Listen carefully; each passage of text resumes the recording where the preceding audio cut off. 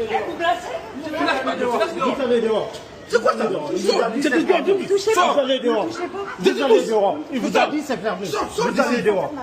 Vous allez dehors. Sors, je te dis. Vous allez dehors. T'es malade, je suis plus pour toi.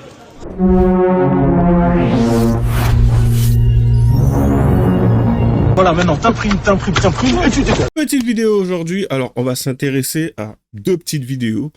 Toutes douces, toutes tranquilles. Vous verrez par vous-même, c'est plutôt intéressant. Alors, il s'agit dans la première vidéo d'une femme voilée, puisque pour le coup, ça a quand même son importance, qui voulait absolument rentrer à Sephora. Vous l'avez bien compris, nous sommes en Occident, parce que bon, je pense que ça ne se serait pas passé dans un pays musulman, ce genre de choses-là, et qui voulait absolument récupérer un colis. Donc, il y a confrontation, l'endroit est fermé, mais elle veut absolument rentrer. Donc, du coup, ben, elle essaye voilà, quoi, elle essaye d'y accéder avec difficulté. Vous verrez, c'est plutôt pas mal. Et moi, je trouve quand même bizarre, toujours aussi intéressant, hein, parce que, encore une fois, à une religion, on associe, tu sais, un certain changement. Le but est quand même d'apporter, bon, assez souvent, hein, de ce que j'ai pu comprendre, de ce que beaucoup de personnes pensent, la paix sur cette terre. Donc, du coup, il y a aussi un comportement, une attitude à avoir pour montrer, pour faire le relais, justement, de ces préceptes qu'ils suivent. Donc, voilà, juste après, on s'intéressera à la deuxième vidéo. La deuxième vidéo où on verra une femme, va savoir quel type d'autorité elle représente, mais qui semble juger fort, mais vraiment fort, d'autres personnes, d'autres femmes, en fait, portant le voile. Donc voilà, je préfère dire portant le voile parce que aujourd'hui tu peux porter un voile mais ne pas être musulmane ou voilà, c'est devenu un peu tout et n'importe quoi, des choses que je ne comprends pas qui sont au-delà de ma compréhension. Donc voilà, on va dire tout simplement porter le voile. Donc on commence sans plus tarder. Moi je vais essayer de comprendre ce que je vois et peut-être que qui sait, je prendrai le parti de cette femme, hein, parce que on verra avec les éléments que l'on a. On commence sans plus tarder. Alors, sors de là, ce n'est pas elle qui fait la loi ici, on a dit que c'était fermé. Une femme veut absolument entrer dans un Sephora pour récupérer sa commande malgré le refus du vigile pour cause de fermeture. C'est parti. Vous allez dehors. C'est quoi ça? C'est plus dur. Vous allez dehors. Vous allez dehors. Il vous a dit c'est fermé. Vous allez dehors. Vous allez dehors. Sors, je te dis. Vous allez T'es dehors. malade, je suis plus pour toi. Monsieur, s'il vous plaît. Sors de là. Vous pouvez sortir. Bah, monsieur, la dame avait rentré, ça sera à 20h. T'es malade. Même si vous achetez des millions, vous n'allez pas rentrer. Même si vous achetez des millions, vous n'allez pas rentrer. Mais je te dis, tu sors. Désolé, je suis obligé de m'arrêter 2 secondes parce que c'est juste magique. En fait, pour éviter des situations comme oui, c'est du racisme et tout, je pense qu'aujourd'hui, c'est triste à dire, hein, mais que ça soit agent de sûreté RATP, que ça soit agent de sécurité, voire même policier, je pense qu'en fait, aujourd'hui, excusez-moi, on est obligé de mettre enfin, on est obligé. Je pense qu'il faudrait mettre des policiers noirs. Éventuellement aussi maghrébins. Pourquoi? Tout simplement parce que ce genre de situation rocambolesque ne peut pas dériver sur une forme de discrimination ou autre, parce que à aucun moment, tu sais, tu te dis, oui, le noir, il veut pas que je rentre parce que je suis musulman. Non, il veut pas que tu rentres parce que tu poses problème. Lui, après, je sais pas si c'est l'heure de fermeture, je sais pas si en fait ça ouvre plus tard et qu'elle voulait rentrer absolument, j'en sais rien, mais clairement, le mec ne veut pas que tu rentres.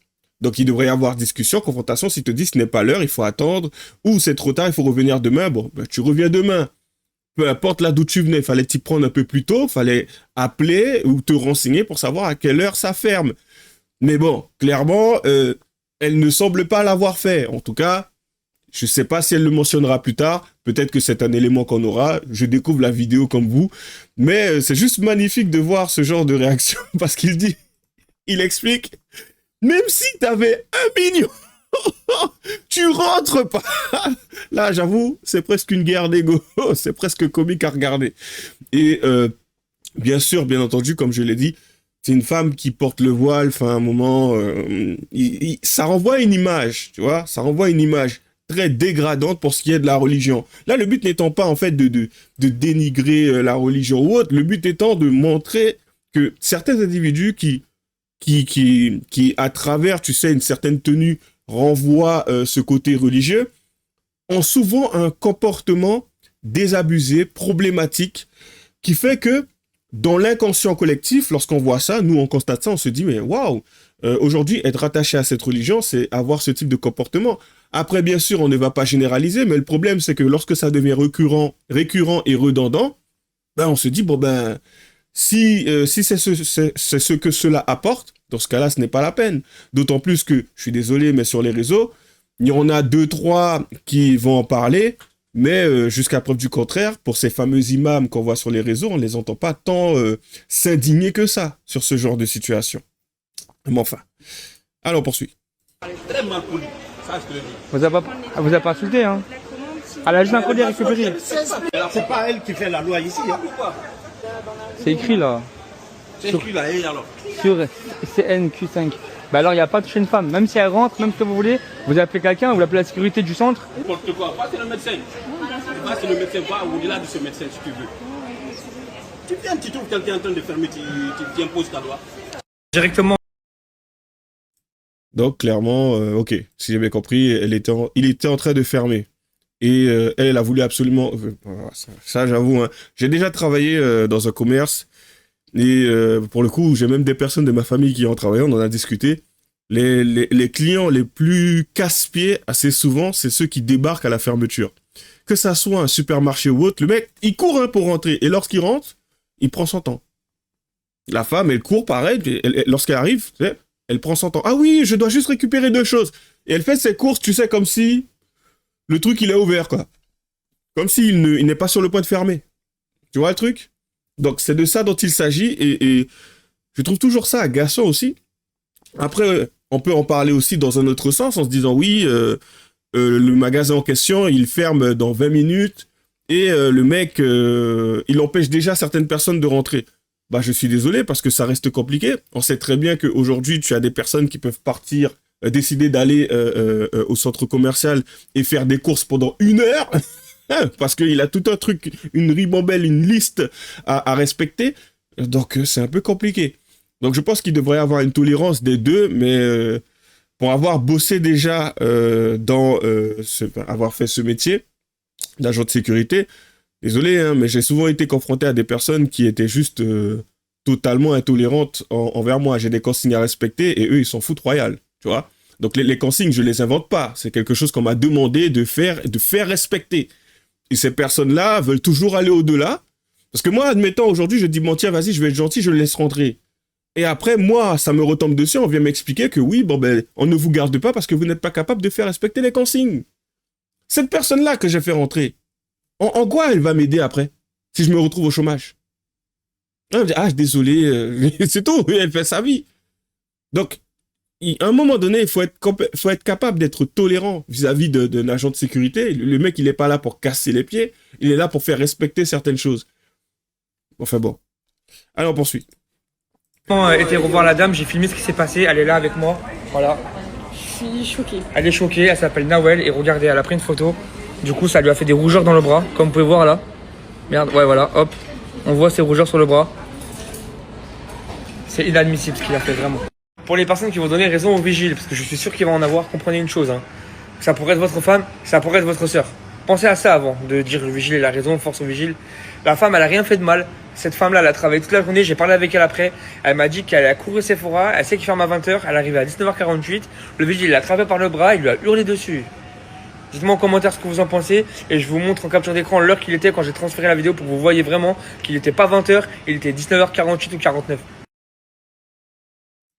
Alors, il dit ça, mais je répète, hein, c'est un peu bête, mais là, le supermarché où moi je me rends, je sais que 20 minutes avant, t'as plus le droit d'entrer. Et ce qui est normal, parce qu'en général, tu as certaines personnes qui prennent du temps, qui vont prendre leur petit temps pour pouvoir sélectionner, choisir ou autre. T'as quelqu'un qui peut te dire, oui, je rentre pour telle raison, et en fin de compte, elle reste pour d'autres raisons.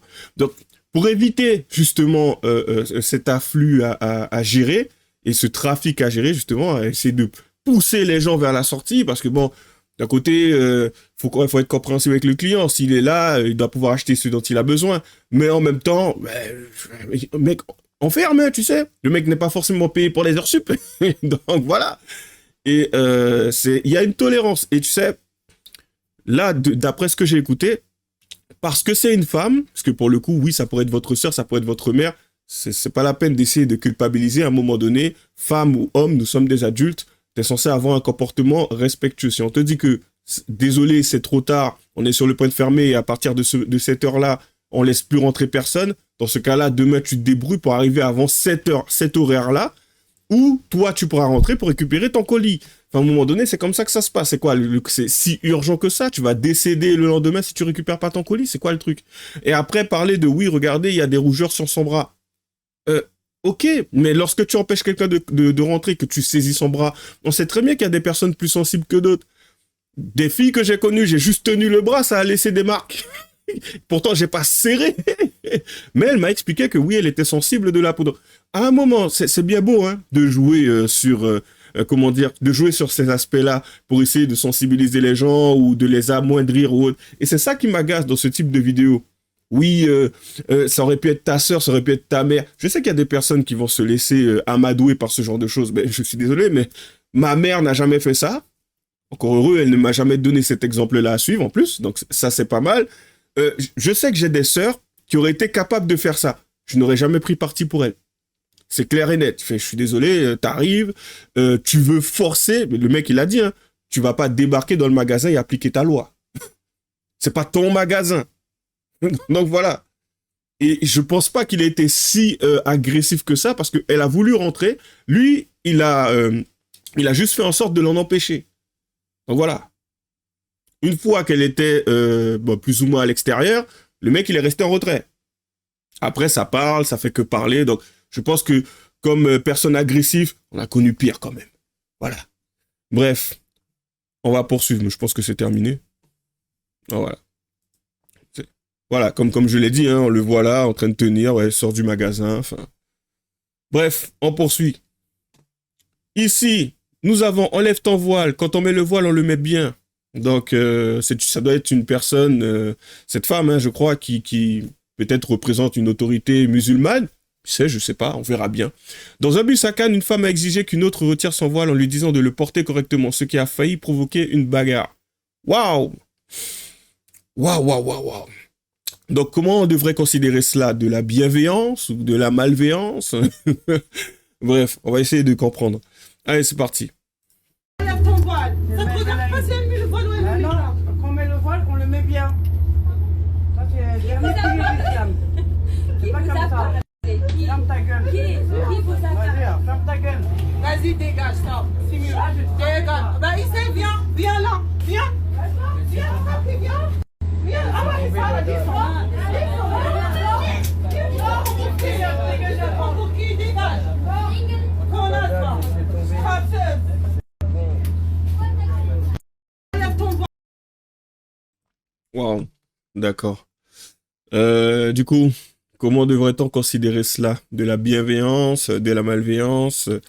Tu as une femme qui, bon, semble être un peu plus âgée, je pense, qui a une vision de comment le voile devrait être porté.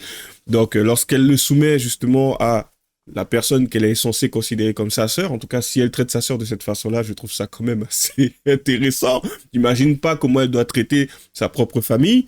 Du coup, comment celle qui est voilée devrait le prendre? Et voire même pour ce qui est du comportement de la voilée, hein, enfin, pour le coup, elle semble être relativement correcte, parce que en soi, c'est une autre qui est juste à proximité. Je sais pas si elle est avec la femme voilée qui a pris sa défense.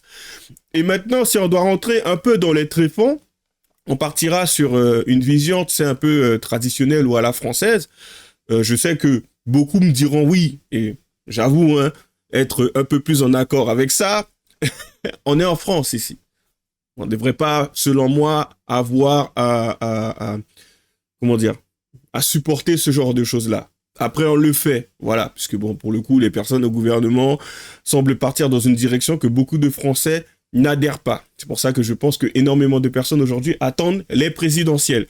Mais pour ceux que l'on a pu voir là, aujourd'hui, moi, j'estime que ça soit le comportement de celle qui apparemment semble savoir comment on porte un voile, elle semble en connaître un peu plus sur l'islam. Je pense qu'il y a une façon au minima de s'adresser aux gens. Et encore une fois, c'est cette problématique, c'est ce genre de comportement qui renvoie une image cassée, détruite de ce que représente justement cette religion. Parce que pour le coup, quand on a une personne qui la défend, on sait très bien ce qu'elle prône, et quand il s'agit de quelqu'un qui s'y confronte et qui est aussi dans cette religion, on aura tendance à se dire c'est une religion de paix et d'amour, mais qui visiblement occasionne des comportements indécents et des confrontations houleuses. Waouh. C'est un non-sens. C'est pas la paix à laquelle on adhère. Après, on n'a peut-être pas la même vision de la paix. Tu vois, donc, du coup, ça donne pas spécialement envie de rentrer, tu vois. Quand on sait que on peut subir, et après, peut-être que cette femme voilée subit déjà cette pression, déjà ne serait-ce que au sein de sa famille, hein. C'est ça aussi. Ça pourrait être le cas. Hein. Tu sais, elle est là en train de dire, ouais, je fais ce que je veux, mais peut-être qu'au fond, elle ne fait pas forcément ce qu'elle veut, parce qu'on sait que dans la nature, il y a ces situations-là avec des femmes, en fait, qui portent le voile par pression familiale ou pression de l'environnement. Tu sais, ils sont dans une banlieue, dans une cité, il y a des personnes autour qui, parce qu'elles sont maghrébines, devraient absolument porter le voile. Et en fait, cette pression se joue à travers la façon dont les Maghrébins vont se comporter avec, tu sais. Elle porte le voile, dans ce cas-là, ils vont la laisser tranquille, ils vont la respecter, ils vont à peine lui parler, la laisser marcher, passer au niveau des couloirs ou autre. Lorsqu'ils voient une femme qui n'est pas voilée, qui en fait, on va dire, qui s'habille tout simplement à l'occidental, auront tendance justement à vouloir s'attaquer à elle, à la traiter de tous les noms, voire même vouloir absolument l'emmener dans un petit recoin de la banlieue ou de la cité pour pouvoir la faire subir tout un tas de sévices, tout en sachant que eux-mêmes sont censés être musulmans. Hein. Enfin, je sais pas, il est censé avoir une vision de la femme, en tout cas de ce que certaines personnes pensent vis-à-vis de la religion. Après, quand on la connaît, on voit très bien plus ou moins ce dont il s'agit. Comme je l'ai dit, hein, les apostats font un travail excellent. Je vous invite à aller les suivre, c'est quand même assez intéressant. Amir Apostat, Cassius l'a dit, pour ceux qui chercheraient. Mais au-delà de ça, je pense que c'est quand même intéressant. Moi, pour le coup, j'aurais une question pour vous. Est-ce que ça vous donne envie d'intégrer cette religion, d'en apprendre plus sur ses préceptes, et voire même hein, de la transmettre à d'autres? Est-ce que pour vous, votre vision d'une discussion, si on peut appeler ça comme ça, c'est celle-ci? Ou pour vous, c'est juste un comportement plutôt agaçant et abject, même hein, pour certains, pour aller très loin, tu sais, on va aller dans l'extrême, qui fait qu'à un moment donné, ça donne juste envie d'éviter certains transports en commun. Ou en tout cas, certaines personnes lorsqu'on les retrouve dans ces transports en commun. Voilà. Du coup, je vous laisserai vous lâcher hein, dans les commentaires, hein, comme d'habitude. Lâchez les j'aime pas. Bonne chance à nous. À la prochaine.